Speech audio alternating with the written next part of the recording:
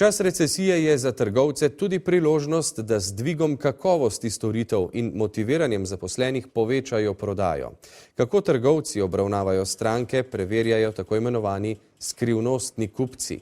Zadnja raziskava kaže, da kakovost postrežbe v vseh obravnavanih državah raste. Slovenija je med nekdanjimi jugoslovanskimi državami in Bolgarijo zasedla drugo mesto.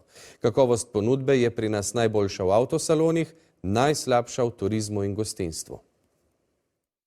Skrivnostni kupci so v 7 državah v 1050 različnih vrstah trgovin in pri turističnih ter gostinskih ponudnikih opazovali in ocenjevali prodajalce.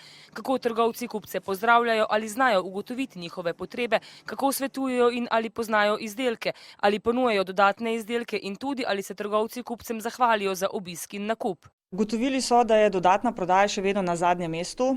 To je pa največja priložnost v času recesije, ker lahko v bistvu že v naslednjem dnevu, ko ugotovimo, da nam dodatna prodaja peša, to tudi popravimo in s tem dosežemo, da povečamo promet, brez da pripeljamo nove stranke. Ker je recesija najbolj prizadela avtomobilsko industrijo, je bil rezultat v avtosalonih pričakovan. Kakovost storitev je tam najboljša, tudi v Sloveniji. Razlog, kjer vidimo, da je boljša prodaja, je v tem, ker ima tudi prodajalec več časa se posvetiti stranko, povabiti na testno voženje, ta komunikacija med njima veliko boljša, profesionalna kot recimo v bencinskih servisih malo prodaji. Kakovost storitev se je v Sloveniji izboljšala. Po raziskavi sodeč so se slovenska podjetja v kriznem obdobju, ko število kupcev upada, vendarle začela zavedati, kako pomembna je vsaka stranka in odnos do nje.